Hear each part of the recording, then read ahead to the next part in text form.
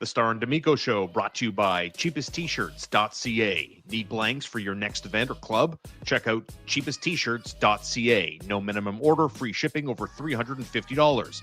Same-day shipping on lots of items. Affordable, Canadian, ready to print your design. Brought to you by Catherine Prince at Remax Platine, your Montreal real estate connection. Call her at 514-702-2474 or email Catherine with a K, Catherine at catherineprince.com. If you're looking to buy, sell, or invest with confidence, Catherine Prince, your key to the city's property market. Brought to you by McLean's Pub. Looking for a lively downtown spot with great food and atmosphere? Come to McLean's Pub on Peel Street. Classic pub eats, plenty of beer, and all the sports on all the screens. Grab your friends and make McLean's your go-to place tonight. Brought to you by Cabletel, your full-service telecom partner for business and home. From structured cabling and phone systems to Wi-Fi, cameras, and alarms, Cabletel keeps you connected, secure, and performing at your best. Your partner for the future. It's Cabletel. Well, hello, and welcome to your Friday. For many of you, the beginning of your holiday break, which I'm sure is well-deserved. As I just finished up my last radio show of 2025, looking forward to a nice long break, but that doesn't necessarily mean we're going to be taking a break from youtube.com. With Marco D'Amico, I'm Shaun Starr. Shout out to Little Bear at littlebearonline.com. Everything for your pets' needs for this cold winter season that is already upon us. Unbeatable deals from the best brands from around the world, from a staff that cares about your pet as much as you do, without that agenda-driven sales perspective. It's a family-owned business. And, of course, a big shout-out to our friends at Morella's Steakhouse in Ganawage, right over the bridge. Save the taxes on a premium steakhouse with fresh pasta, unbelievable seafood at a great price point. It's a great date night. And, of course, a company outing at Morella's Steakhouse. You can book your reservation online at morellassteakhouse.ca. Marco D'Amico from our provincial capital, joining us live on this Wednesday morning. Good to see so many people in the chat already. And what a game for the Montreal Canadiens, dealing with a bout of adversity, Marco. No Mike Matheson for back-to-back games. Wouldn't be surprised if you don't see him maybe till next Tuesday against Boston, but we'll see what happens. There's this sense that they don't want to mess around with this upper body injury. They're hoping he can heal quickly. But I want to start with how tightly the Canadiens have played without Mike Matheson. Impressive performance in that 4-1 win last night against Chicago. Yeah, I would say that, when you looked at that game, I don't think the Canadiens get far without Lane Hutson elevating the way he did. Yeah. I think Lane Hutson continues to prove that he can play like a number one defenseman if given the opportunity. And he's gotten confident playing on the penalty kill. We're seeing him there now instead of Mike Matheson. He's been excellent at 5-on-5. He's really upped his game. And, here we are. You're seeing him kind of continue to take on more and more and more. And ideally, this was the vision of the Montreal Canadiens all along, is that Lane Hutson would eventually overtake Mike Matheson. And it would be Hutson, Dobson, and Mike Matheson would be used in more of a shutdown veteran role as he ages throughout his career, And so You're seeing this happen maybe a little earlier than expected, but that's earlier than expected, I feel like, is the best way to describe Lane Hutson's career so far. It's just hitting the ground running and just continuing to improve and improve and improve. Yeah. We talked about, how can Lane Hutson, achieve that elite status of that number one defenseman, that guy that perhaps one day is going to be in the Norris Trophy candidacy, top three, maybe win it one day before his career is over. I mean, the points are there. But what impresses me, obviously, we talk about the shorthanded minutes he's playing now in the absence of Mike Matheson, but it's the rare skill, Marco, that I see from 48, that especially, with the teeter-totter season of this Habs season, his ability to say, okay, you know what, my team needs me. I could do something about that. I mean, this guy just reeks of leadership. He reeks of game-breaking talent. For those that are perhaps losing track of where he's at, he's 1 point back of Evan Bouchard of the Oilers to be top three in scoring amongst defensemen in the National Hockey League. He's fourth right now. He's on pace for a 75-point season. I mean, it's not out of the realm of possibility, Marco. We could be talking about a guy, I mean, I don't know when, but a point-a-game player, right? I mean, he's right there. He's at 75 now, on pace for, I should say. Yeah, I mean, he's basically on pace for the same pace that he would have been on had he started on the first power play wave last season. Right. But I think what's to be kind of observed here is he's doing that while having greatly improved his two-way game, right? Yeah. Like usually what you see with young defensemen is, especially the offensive kind, they'll come in guns a-blazing the first 2 or 3 seasons, be very offensive minded, and then you're going to have to reel them in if you ever want to get to a championship level with that player. You take a look at a guy like Evan Bouchard, they're still trying to figure that out with him in Edmonton, for example. But if you remember young Erik Karlsson, and I'm not comparing the two, it's just a, anecdotal comparison, but Erik Karlsson took him a while, but there was a point where he went from being the super offensive defenseman to being like an elite playoff defenseman that could play both sides. Yeah. That's what you're seeing here in Lane Hutson is that ability right now to just like, I can continue to be that dominant offensive player at 5-on-5, which he is. And of course on the power play, but now you're seeing him get those defensive missions that he wasn't getting last year. Yeah. Because, this isn't a hot take to say, but Lane Hutson was sheltered last year, right? Like he didn't get regular penalty kill unless they were riddled with injuries. He didn't get to face the top opposition last year. That was mostly Matheson's role again. And so this year we're seeing a little bit more regularity where he's going to get matched up, especially on the road, and Martin St. Louis doesn't immediately call him to the bench. Right. So there's a growing confidence in his game. There's a growing confidence in his way to be efficient. And what I think impresses me the most is that instead of shying away from contact, because when you're going to play in those minutes, you're going to face more contact. You're going to get into, grittier situations. He thrives in them because he's either able to outsmart the forechecker, or he just fearlessly throws his body in the way and is able to come out with the puck. So one way or another, he is just, elevating his game, just game after game. And I think that's fantastic news considering the contract that he signed that hasn't even kicked in yet. Well, it's funny too, right? And we'll expand more on the Canadiens' defense, outshooting Chicago 35-15 yesterday. Again, no Mike Matheson. The Canadiens are set to play a home-and-home with Pittsburgh. That'll start tomorrow. We'll talk about future goaltender assignments here after Jakub Dobes, who really wasn't peppered with shots, but when he was up to the task. But I'll be honest, man, as I try to be every day, when Chicago beat him on the first shot the first time and then beat him on their first shot the second time after the overruled goal, I was like, oh my gosh, not again. Because there's such as we saw the game unravel, right? Without Connor Bedard, I mean, there's this void of talent. There's a huge drop-off. And when Nazar scored his first goal, that was his first goal in 22 games. So Marco, that was the type of performance I wanted to see from the Canadiens last night. Chicago came in losers of 3 in a row.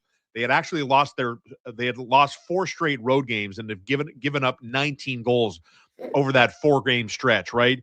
Montreal's not at the elite level, but when you're playing a team that arguably isn't as good as you, that's the type of performance through 60 minutes I think this fan base is expected to see here.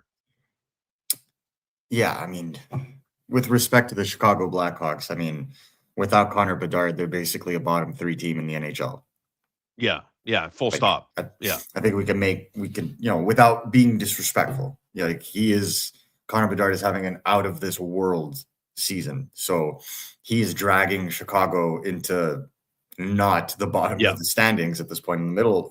And so without him, what do you have? And so the reality is not much yet. And so we've seen this in Montreal, and for Montreal to not take advantage of this would have been a serious concern, in my opinion. So good on them for being able to do so.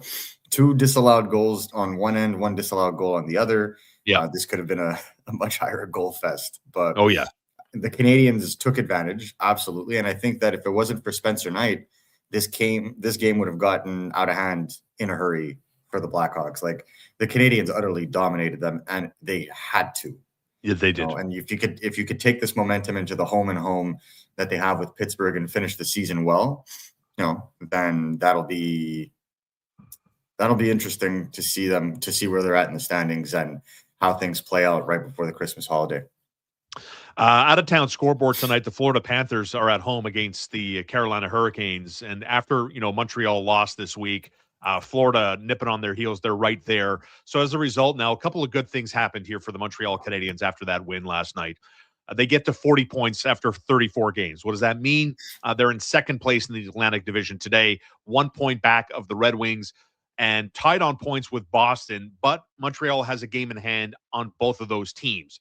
As far as the wild card race, the parity is very much a real thing in this conference here. Philly's on 40 points, the Lightning on 39, so are the Devils, and the Panthers and Rangers are on 38 points. By the way, the Devils also in action, 9 o'clock tonight. They play at Utah. One of the other things that stood out to me was the constant progression in the right direction for Adam Engstrom on defense. Again, no Mike Matheson. Everybody's stepping up. Arbor Jacki played another solid game, in my opinion. Jaden Struble, I'm sure we can get into him. Not so much. Didn't particularly care for his game yesterday, but let's talk about Adam Engstrom for a second. Ringy-dingy off the post. Very calm, I find, in his defensive zone. I find he plays to me like a high hockey IQ player. I mean, when we talk about Adam Engstrom, when he's ready for a full-time job in the NHL, and maybe he is now, I'll leave that up to the experts. But are we talking top 4 potential? Is that who this guy hopes to blossom into? Yep, that's the projection I've had. I think we talked about this probably in April about prospects to watch, and Adam Engstrom was always seen as like a guy that you could potentially put, on your bottom pair that wouldn't be able to hurt you and then really moves the puck up with ease and, is able to basically be efficient in all 3 zones and just smooth skater, right? Like that's the classic scouting report that you get. Well, he's doing that now as a rookie. So clearly the guesstimation on where his ceiling is moves. And one of the conversations I had with Paul Scalabrini, the head coach of the Laval Rocket last year, is every so often they would have an idea of Adam Engstrom's ceiling, and then he'd take his game to another level, and they have to move that projection up. And he said that they've had to do that internally a couple of times, to the point where the Canadiens have a serious decision to make here. Mm-hmm. When Matheson and Gouli come back within a month from now, either he goes down, someone's getting waived, or you're going to have to make a trade. Mm-hmm. And so, we're starting to have this conversation because the way that Engstrom plays actually brings value to the third pair of the Montreal Canadiens. Like, I think the real question is, are we going to start seeing a 3-man rotation on the bottom pair when a lot of these guys come back? Yeah. Because you have Adam Engstrom. Arbor Jacki, I think, has been playing well. Just that one, late period penalty, I think last game is the only wrinkle I could really see on him since Saturday.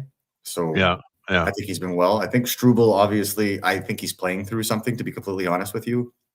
But even then, the consistency is not there, and they're overusing him, in my opinion. So I like how this is setting itself up because the Canadiens have options.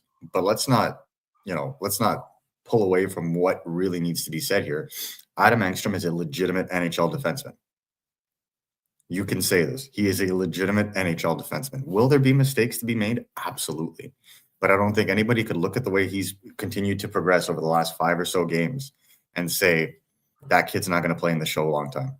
Yeah, but at the end of the day, I mean, there's only so many chairs for so many bodies, and I get, the Canadiens love their mobility on defense. That's quite clear, and Adam Engstrom brings that skill set. Arbor Jacki moving the puck better, making better reads. As Martin St. Louis alluded to, right? I mean, the BlackHawks did a couple of good things, right? But what they tend to do to play to the strength of the Canadiens, because their defensemen are so mobile, they allow the defensemen to move up with the puck. And I thought Montreal did a great job, especially Lane Hutson, who had another outstanding performance, 3 assists.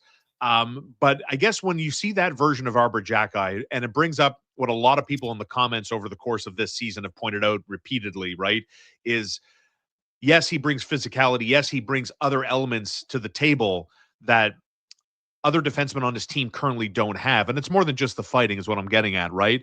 Mm-hmm. But I can, maybe that's where, a lot of people have come from when they defend Arbor Jacki and take issue with the fact that he's in and out of the lineup, is if you allow him to stack these shifts, you see the promise of a guy that has a role on the team. So with these bodies, does it reek? Because that's how I think I read it. It depending on who the opposition is who Marty is likely to slot in to make up the bottom pairs of his defensemen, right? I mean, it's going to be situational moving forward.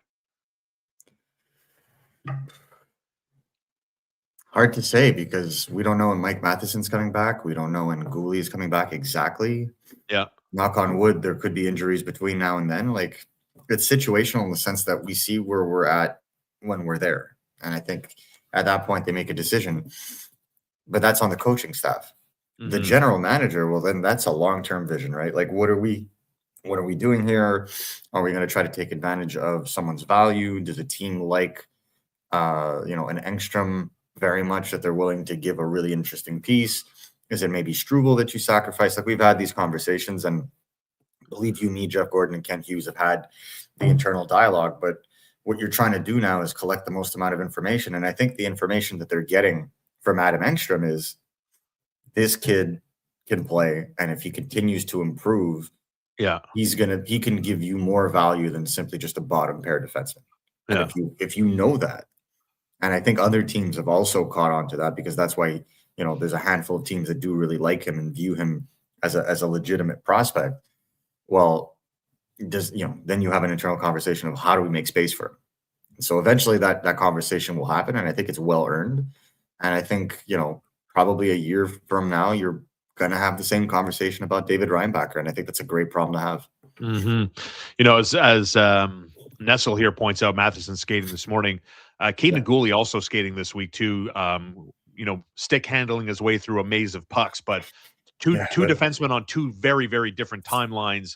As I told you earlier, Matheson truly is day-to-day with an upper body injury, and again, very preventative, which is logical, which is the right course of action because he's so valuable. You don't want to force him back in, games 35, games 36. It's games down the stretch that matter more. So you don't want to rush him back in case the injury gets worse. So maybe he plays on the weekend, maybe he doesn't, maybe he gets back Tuesday on the road in Boston, which, by the way, ties in our live show at Maison Publique McLean's December 23rd. We'll be there live to do this. And then, of course, we're ready to watch the game with you against the big, bad Boston Bruins. Considering, the Canadiens playing better, that game should have a lot of meaning behind it, Marco. Yeah, and I mean, guys, it's not every day you get to watch a whole hockey game with Shaun Starr. I still haven't. So I invite everybody to come and watch with us, because that is truly an extravaganza. Because you guys know you're going to be getting like double beard, Shaun Starr watching a hockey game with you with chicken tenders. Like, there's going to be a whole lot of fun there. We're going to have prizes to give away, of course. Yes. A little bit of merch as well. Yep. So definitely invite you all to show up. I know we're going to have a lot more people coming around this time, and I thank you all for your participation and continuing to support. So we look very much forward to seeing you, and know that this is going to continue up until the end of the season. Once again, once a month. We may have some stuff going on for the Olympics, but know that if the Canadiens do go on a playoff run, McLean's is going to be the place to be with Starr and D'Amico. Yeah, and that's the thing. So, I'm glad you brought up. I'm glad you brought up the playoffs, right? The Canadiens are very much in the mix of things. Playoffs. Yes, nice to see Irish Madness. We'll be there. Listen, awesome. Come say hello. Don't be a stranger. We had a few people at the last show only reach out afterwards. Oh, good show. It was fun to be there. I'm like, come say hi. Don't be a stranger danger. We're happy to see you and happy to make you can do anything but rub my head, guys. Anything. Yeah, you can just come and say hi. Yeah, please. So the Canadiens win yesterday. Jakub Dobes, late night of work. I presume, in my opinion, I think, Marco, they go back to Jacob Fowler Saturday against the Pittsburgh Penguins. But nice to see Jakub Dobes, right, build some inner momentum, especially I've heard from so many goaltenders, like, they'd rather be busy than not, right? Be busy than not. And he was not very busy yesterday, but when he needed to be, he was on top of his game. That's a good problem to have. When you are limiting the shot attempt, I know. I'm watching everybody basically go in the comments like, I can't rub your head. Rub my belly, rub Marco's head. No, let's not do that. I'll fly from Taipei. Oh my God! If you fly from Taipei, I'll let you do it. That's a long. We'll definitely have Rod Langway. We're definitely gonna have a shit ton of merch for you if you could fly in from Taipei. We'll definitely make it worth your while for sure. But I think it's a good problem to have when you're playing a style, or at least you're playing a system to the efficacy that you're limiting the amount of shots against. I think a lot of the shots that the BlackHawks took also came from the perimeter, and I think that was very important. One player that I thought was really good at doing that as the game progressed was Noah Dobson.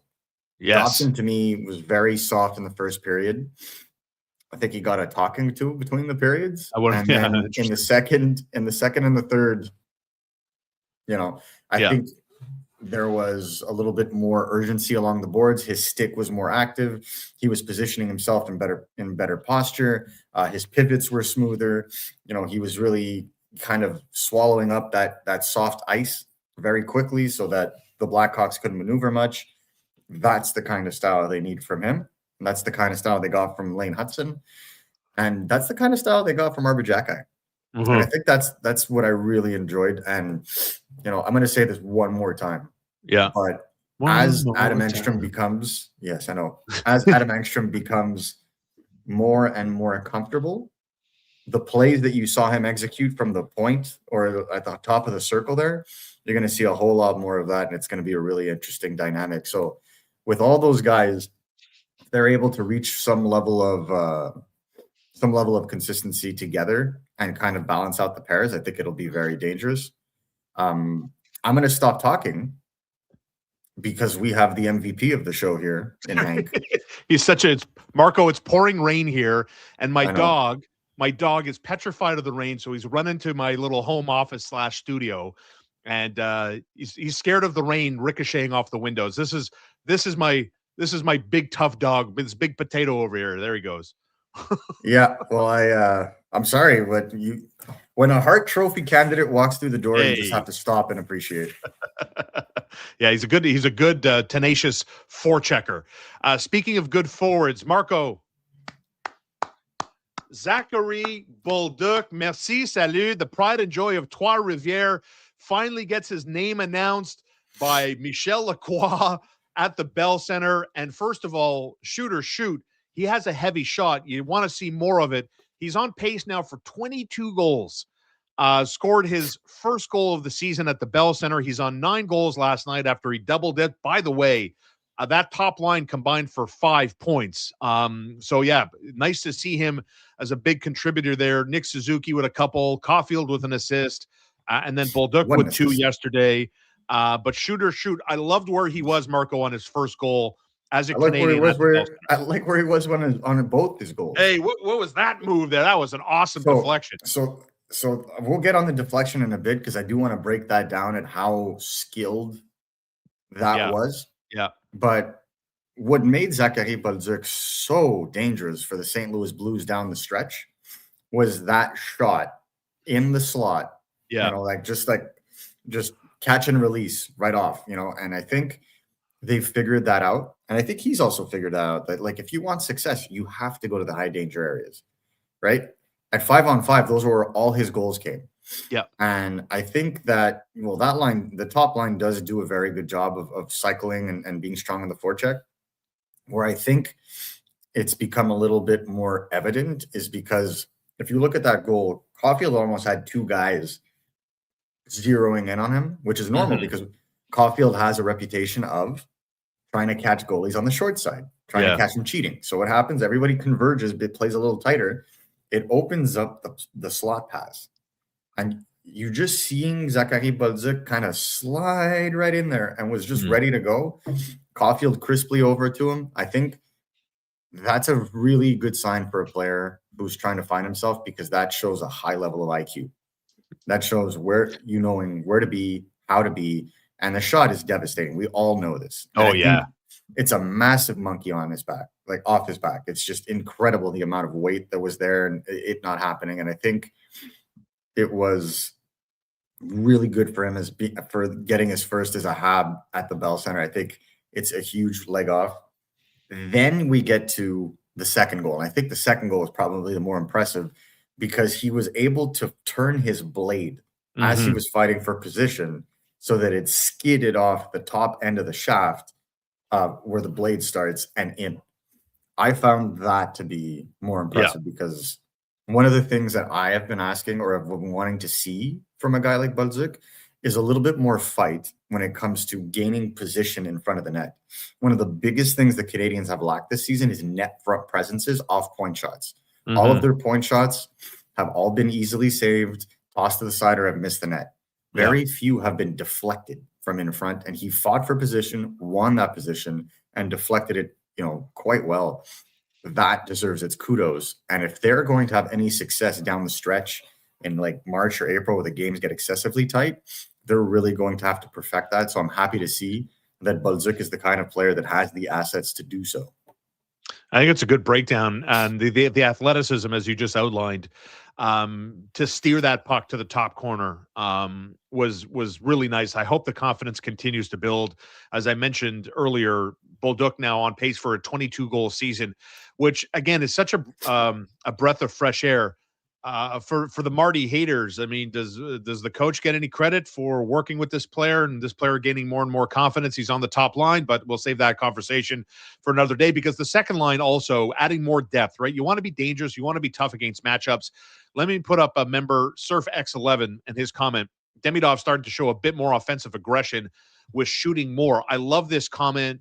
You definitely see a more engaged version of Demidov, who had 1 assist in that game last night, played over 16 minutes, 3 of which were on the power play for the Montreal Canadiens, but 5 shots on target, 1 that missed. I mean, that's what you and I have been talking about. I think so is the fan base by and large, right? Less selfishness. It's okay. You've got a very, very quick release without much of a backswing, so to speak, that you can beat goaltenders that have a clean look at it. Nice to see. I think Surf brings up a great point. Aggressive is a good way I would put it to describe how Demidov has looked lately.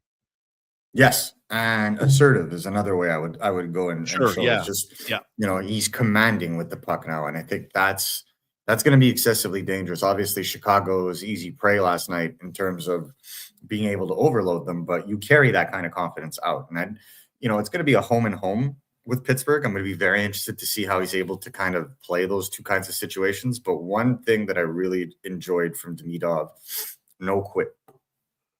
And if you show the ability to be relentless this early in your career, when you're still trying to figure out timing, execution, gap control, stick positioning, footwork, etc., that's going to serve you. That's a translatable skill. It's going to serve you well into your career, because that's the kind of, I'll give you an example. Cole Caulfield didn't have that level of aggressivity in his game at the beginning. Right. But now he's an absolute pest on the forecheck. Mm-hmm. He's an absolute pest when it comes to creating turnovers and, surprising players with, a quick stick lift or coming up from behind them and stealing the puck. Well, if Demidov could add the element to his game, or the elements to his game that Caulfield has added, you will have a two-way forward with superstar potential that will be able to carry this team in tough times. And I think he looks I think I very much agree with this comment. Demidov does look very close to breaking out at this time. I agree. And we're saying this as he has 26 points in 33 games. That's to think that there's another level. Is very, very interesting. Like, he's on pace to have the best rookie season for a Canadiens player in 30 years. Yeah, he's on 6. I think he's on a 17-goal, 63-point pace right now. Exactly. So you're getting there. I think Michael Ryder was the closest to that. Oh man, remember he lost out the rookie of the year to the Bruins goaltender. Yeah, Andrew Raycroft. That's right. Yes. He did great things for Toronto. I remember that. But I want to talk to you about Toronto and. We definitely will, because in a second. We definitely will. Yeah. So Ryder had 63 points as well. So that's exactly it. I think that Demidov will reach another point offensively. He probably will be in that 60 to 70 range as things continue to move up and he continues to play good power play minutes. Well, to that, right? Wait for the Olympic break to be over, right? Gets a little relaxation, takes a little break there. I'm expecting like an explosion coming up. I think the Four Nations break was very beneficial to Lane Hutson. Right. Yeah. Lane Hutson played ridiculous hockey down the stretch. Yeah. Suzuki, same concept though. Yep. We'll see if Suzuki has any time for relaxation. We'll see. We'll find out. We'll find out in exactly 12 days. But dude, a lot of people don't want him to go just for that aspect. A lot of Hab fans would prefer to see their captain rested. But I mean, if he gets tapped, of course he's going to go. It's such an honor to be there. But I get why people have that opinion of 14. They're like, the guy doesn't stop, man. Maybe he needs, maybe he needs the break. I understand where people are coming from. It's fine, and I think at the end of the day, do I think Nick Suzuki deserves to be there all in a vacuum? Absolutely. Yes, I agree. And it becomes a question of him versus Horvat, really, at this point. And it's a very tough call to make. I know the Canadiens fans are going to be like Suzuki all the way, but Horvat's having a ridiculous season. So you have to weigh the pros and cons of each. I would have both on my team all day, every day, to be honest with you. And I think a lot of Canadiens fans agree because how many asked about Bo Horvat as a trade possibility this summer. So it goes to show you that there's a lot of respect for him, even on this side of the border. So I think Nick Suzuki has a good chance of surprising and being in that role, and he's shown a lot defensively to be able to do that. I'm less convinced with Cole Caulfield, and and Lane Hutson too. Less convinced with Lane Hutson. Yes, and it's not because he doesn't deserve to be there. In my opinion, it's just too many of the same player. Yeah. A big shout out to all of you for really, I mean, your support to the show has been overwhelming. We love it. We're at 12,164 subscribers. Speaking of explosion, we had a sub explosion over the last maybe 5 to 7 days here on the channel. So I think I could speak on behalf. I'm pretty sure I could speak for Marco here. Thank you so much for liking, subscribing to the channel. We work hard. I'm proud of the effort that we put in on the regular basis to bring you Montreal Canadiens content as often as we do, especially with these live shows. It's so fun interacting with Habs Nation in good and bad times. It's more fun in the good times, to be honest, because the vibe is strong and, I feed off the positivity, no doubt. Now, listen, I'm going to be upfront with you. I only watched clips of Sam Montembeault's game in Laval yesterday. Let me put up member of the show, Robert Baird, with this comment. Not sure if you guys talked about it earlier in the show. We have not. Thoughts on Sam Montembeault's debut with the Laval Rocket at Cleveland last night, losing 5-2. 4 goals on 24 shots is the stat line. Not a very good stat line, obviously. 8 sub 850, anything to worry about. Now, the defense to Sam Montembeault, Marco, there's no chance on the first goal scored by Cleveland yesterday. The empty netter. And also, I think important to point out, Marco, like a lot of Laval's elite talent is currently with the Montreal Canadiens here. I'm curious if you want to react to Sam Montembeault, who's going to be back in net tomorrow night at Cleveland to face the Monsters again. Yeah, they have they have like Joe Dunlap, Riley Kidney, a lot of guys from Laval, from Trois-Rivières are playing right now because they have 3 players suspended for 3 games. Sammy Blais is back, but like Joshua Roy is still suspended. Yeah. I think Alex Belzil is still suspended. I'd have to go and double check, but they after that Toronto Marlies game, 3 of their top 6 players all got suspended. Yeah. So, and one of those suspensions, mind you, is Laurent Dauphin, who is one of the top scorers in the league right now. So you lose basically a top line, plus you lose Owen Beck, and you have Jared Davidson that's still with the Canadiens. That's basically an entire top 6, and you took their number 1 defenseman in Adam Engstrom as well. So it's going to hurt a little bit. And I understand Samuel Montembeault. I mean, I had both games on yesterday, which is a rare feat. But, what I noticed from Sam Montembeault is reads were better. He made some pretty, substantial saves, but like there were a lot of odd man Russians. There were a lot of, unfortunate plays that put him in a bad situation. I'm not saying that everything was on the team in front of him, but I would say that if their full team was there, I doubt that it would have been that bad. I think he was a little left out to dry. And at the same time, I think that he's capable of better. And so is it a step in the right direction? I think so, because Pascal Vincent was praising him galore in terms of being a good vet and keeping them in it despite, how bad they were playing in front of him. Yeah. But at the same time, going to be the same problem in the NHL level. You need to make the save. It doesn't matter how bad your team is in front of you. And so I think that's where he's got to go and find his confidence. And, you know, the Canadiens are hoping that he's able to find his confidence. But you know what I say is I just don't know that 1 or 2 games is really going to make the world of a difference in this case, especially with the way the first game went down. If he doesn't have a masterclass on Saturday, you know, people are going to start asking questions. I think that's fair. I think it's well said. At the end of the day, you know, so we talk about the NHL level, you know, it's your job. You got to stop the puck. Lots to be excited about around the Montreal Canadiens. Seeing some of the young guys play well, the call-ups from Laval doing well. I expect to see Jacob Fowler in net Saturday at home against Pittsburgh, see if he can run it back and beat the Penguins again after he made his NHL debut. On the road in Pennsylvania against his boyhood team. Nice to see, by the way, speaking of that, I'll tie it into Lane Hutson getting up to play his boyhood team against Chicago yesterday. I mean, you know, he's such a young man. He grew up when the Hawks were winning Stanley Cups with Kane and Taves and Duncan Keith. So, you know, as we talk about McDavid going to Toronto, you know, hometown boy, Lane Hutson, you know, flashing his brilliance with 3 assists yesterday. And we're going to see if Michael Hage, Marco, can flash his brilliance. Happy to see him on the number 1 line, centering a number one line with Gavin McKenna. Is it the number 2? I thought I saw him on the number 1. So, yeah, okay, fine. Number 2. He was on the number 1, but Michael Misa was loaned by the San Jose Sharks. Right. So the lines of this morning are Iginla, Hage, and Brady Martin, which is incredible. Yeah. And then you have McKenna, Misa, Martone, which is oh my God. Team Canada's top 6 is ridiculous. Right. Ridiculous. Like the best in the tournament? Top 6? Hands down. Hands down. And I really like Team USA. Yeah. But what Canada has, the Team USA does not, is their strength down the middle is ridiculous. Yeah. Like to the point where they sent home the leading scorer of the OHL, Jake O'Brien, who is like a top 10 pick this year. So it really is interesting in regards to the amount of talent that they have.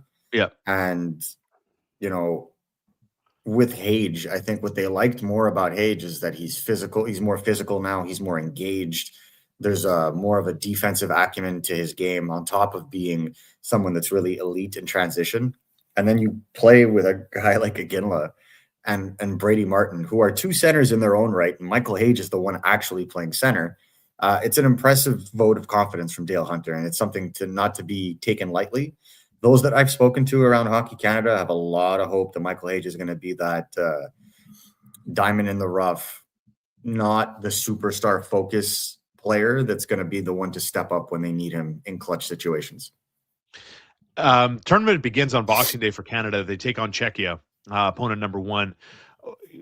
Can you expand on like the role, the identity Michael Hage is going to have in his role for Team Canada starting on Boxing Day?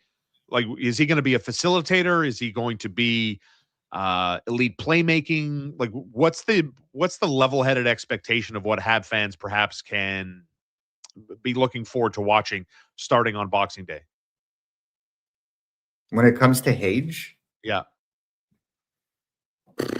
I think you'll see what you see is what you get with Hage. I think that, you know, you have a player that is really strong in transition. Like one of the things you're going to notice from Michael Hage is when he gets the puck out of the defensive zone at the blue or in the neutral zone, his ability to weave his way into the offensive zone is elite.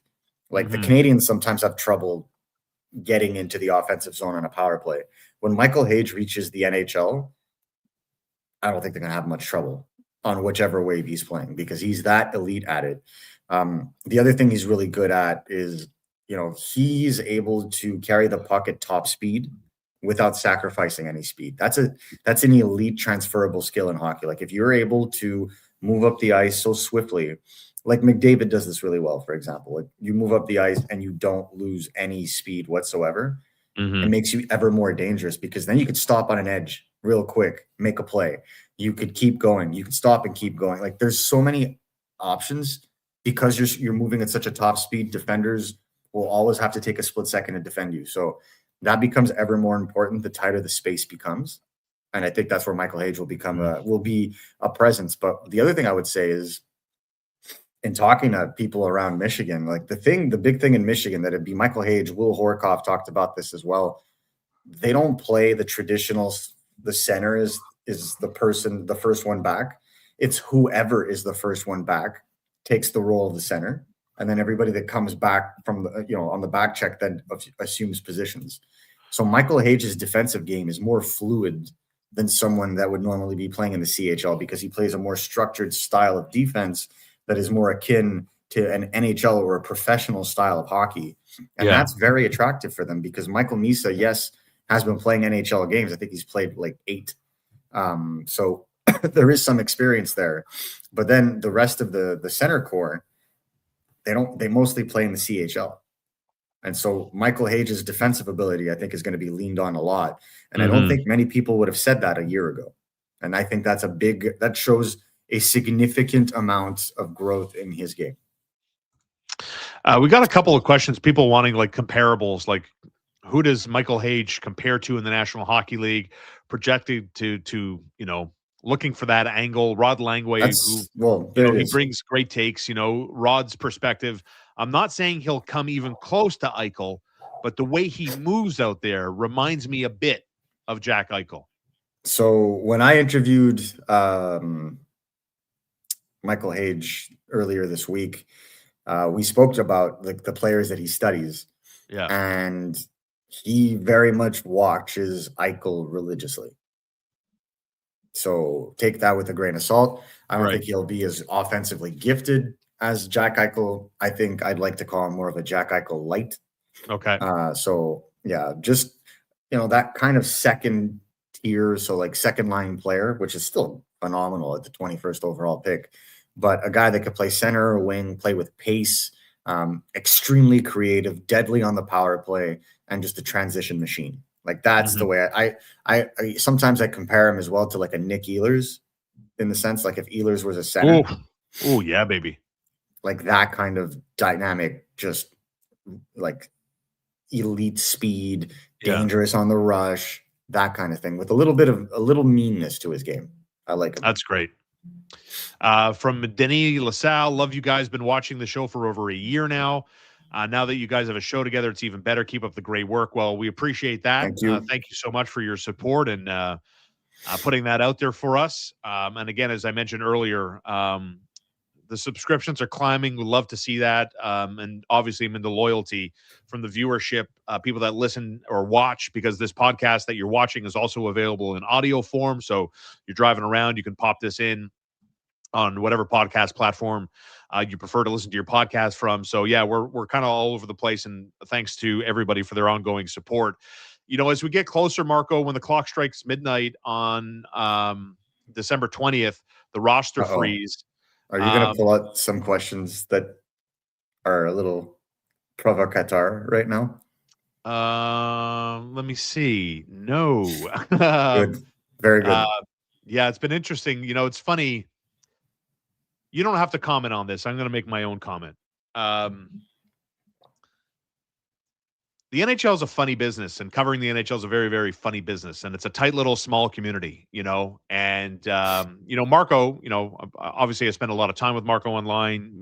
We talk a lot, and, Marco's done his fair share of breaking stories here or there, but it's hard to crack that circle. And hockey very much is access kind of journalism. You want to play along, you got to play the game a little bit, and it's interesting that a bunch of hockey insiders were coming out and talking about vehemently, using the word vehemently, denying Marco's report about Phil Deneau. There was no vehement denial. It was, you didn't ask me if we take it all the way back there. A lot of lawyers speak, but, round and round we go.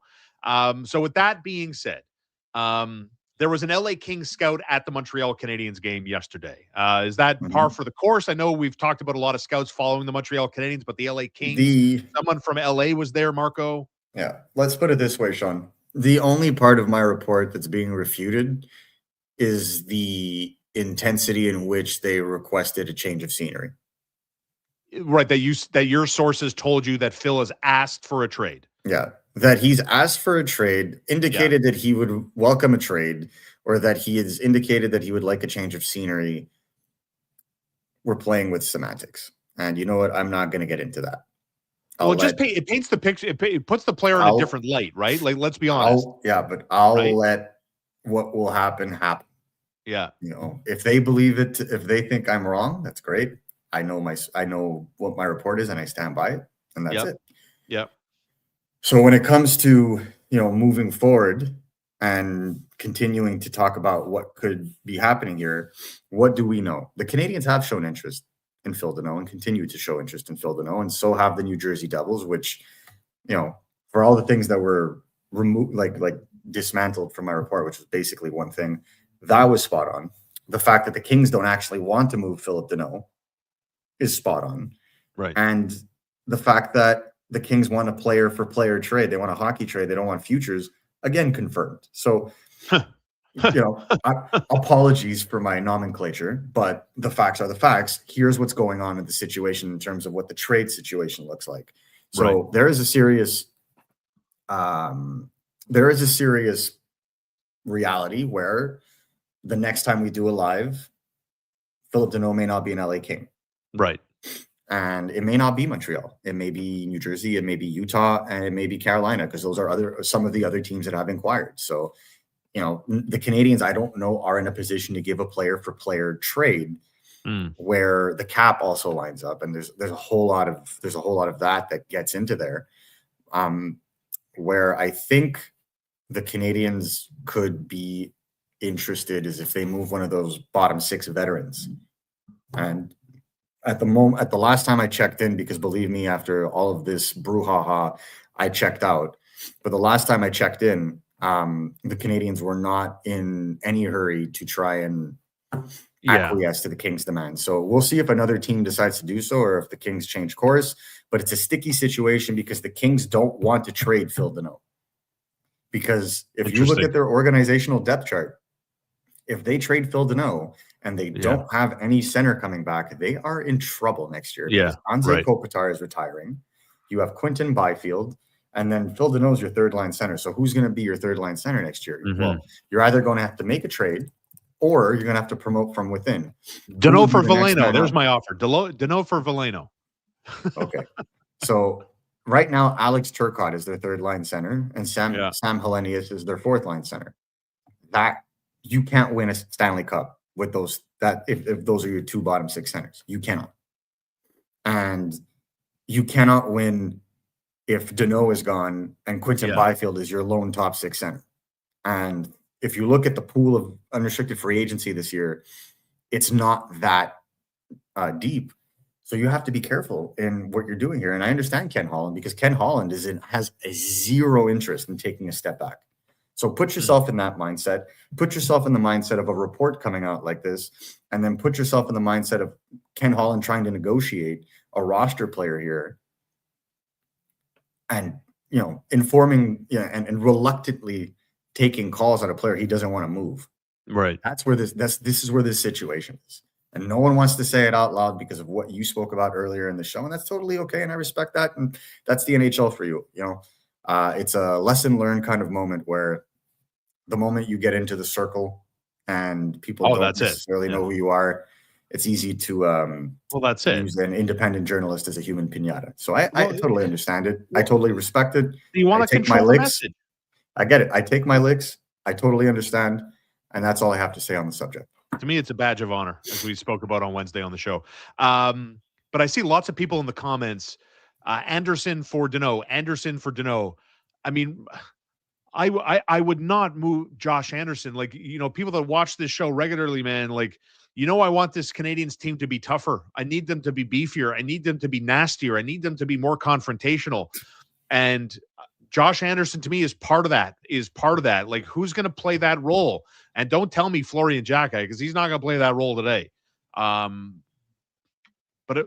any idea on what? I'm not asking what LA would look for, but no. What's a realistic price? Is it a 1-for-1 NHL body for NHL body?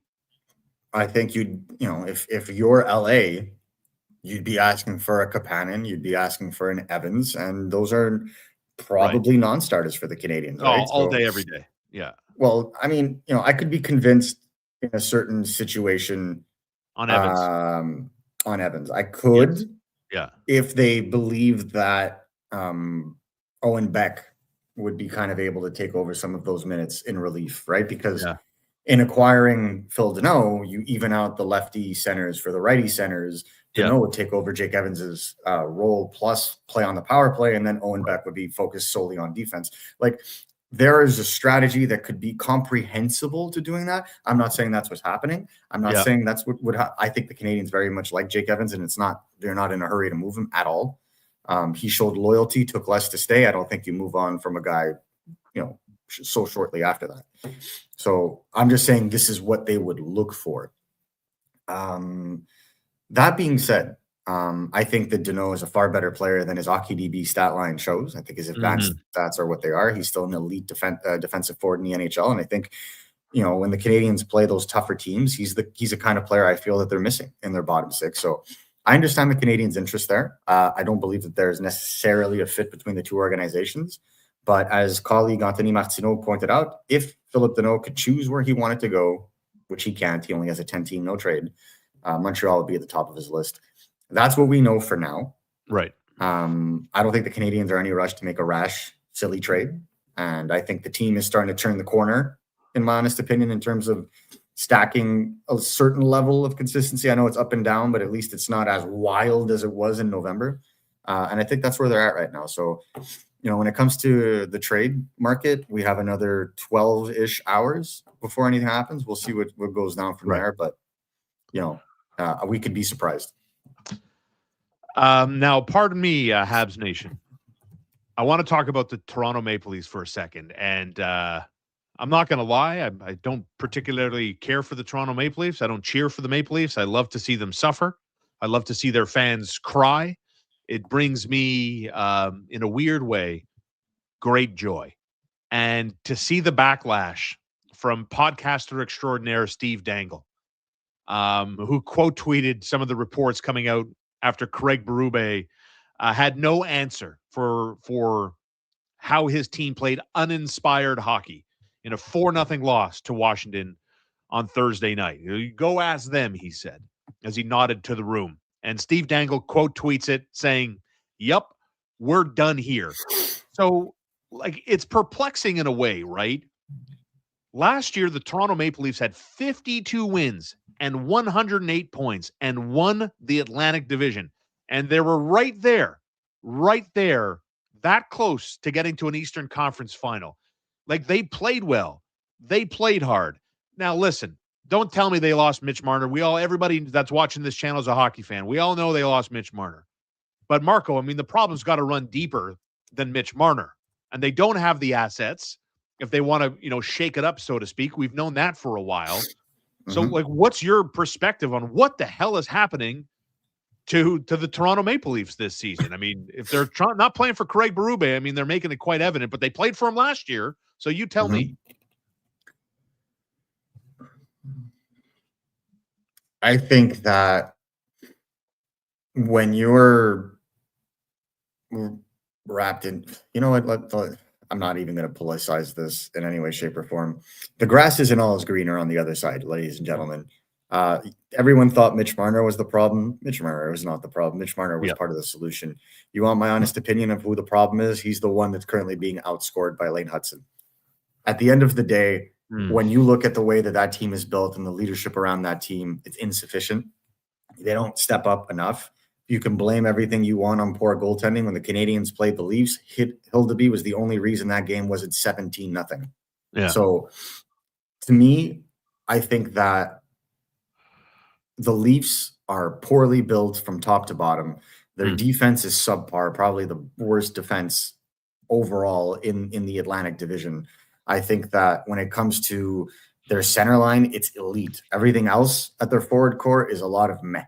And you would know this because they're getting good-ish value from their bottom six players, and that's all they have left to use in trade fodder at this point because they're not going to move Easton Callan. They have to at least have some youth in the team, and he's a gem. They refused to move Ben Danford, and they don't have a first-round pick this year. In fact, their first-round pick is only top 5 protected and belongs to the Boston Bruins. And it doesn't get any better because then their pick in 2027 is also not very well protected and it belongs to the Philadelphia Flyers. So the Leafs went all in last year, missed their shot. They coerced Vegas into at least giving them Nick Roy in a sign-in trade for Mitch Marner. But to me, you don't replace an 100-point player that not only impacts you offensively, but was an elite PKer for you and a strong 5-on-5er that made a guy like Austin Matthews look better than I think he was. You don't replace that guy with Matthias Maccelli, Nick Roy, and the like, and assume that 30 plus 30 plus 30 equals 100. That's not how it works. And I think that's how Trey Living went about it without rectifying his defense. And I think what hurt them the most was the fact that there was a non-existent trade market while they were banking on being able to make bigger moves to replace him. They're lucky that Matthew Nyes has reached another level and is helping to at least slow down the process. But in my opinion, this is a team that if they don't do something quick, will miss the playoffs. I mean, they look so, I know they use this word, uninspired. Austin Matthews looks slow. Like, I don't know if he's going through something, just forcing to play because of where his team is currently at, and just overall, I mean, the whole flawed strategy of how they were playing with Maccelli. I mean, they were talking about putting him on the first line, it's because when you're in the off season, you're trying to put players here or there, like you're just trying to see if the shoe fits or whatever. I get it. The Canadiens right now, we've talked about putting Alex Texier, on the first line on the show, right? Like it's normal. It's normal for that. That I don't necessarily have a problem with. The problem is the fit. And I think that's where the issue is. And I think coaching can definitely be pointed to in this regard. I don't think the Leafs have played necessarily well under Berube outside of a 1 month period in late late March into April. So it really is what it is. But again, when it comes to the Leafs, unfortunately, I think this is the end of the line for this core. I think it's unless they buy their way out of this, unless they overpay for marginal top 6 players this summer and try to stay afloat. The player I feel the most bad for is Willie Nylander. Yeah. Really, because I think he's their best player right now and has been for a really long time. And, it just continues to play, continues to put a smile on. But I think eventually, that core nucleus they're going to have to figure something out because, look at the trade that they made for Brandon Carlo. A first, I think a mid-round pick and Fraser Minton. And now Fraser Minton is the third line center for the Boston Bruins. It's trades like that hurt. Yep. That's fair. That's a good point. And eventually you trade away your depth. You trade away, how valuable would Fraser Minton be for them right now? Oh my gosh. Yeah, no doubt. No doubt. So no doubt. As much as I like Scott Laughton, I feel like Fraser Minton could eventually, within a very short period of time, produce to the same capacity as a guy like Laughton and be as physical and be as annoying. So we'll see what happens there. But for every Leafs situation, you have a Boston Bruins situation where they just simply refuse to. They're not going anywhere. Stay in the basement of the NHL standings, and a lot of that.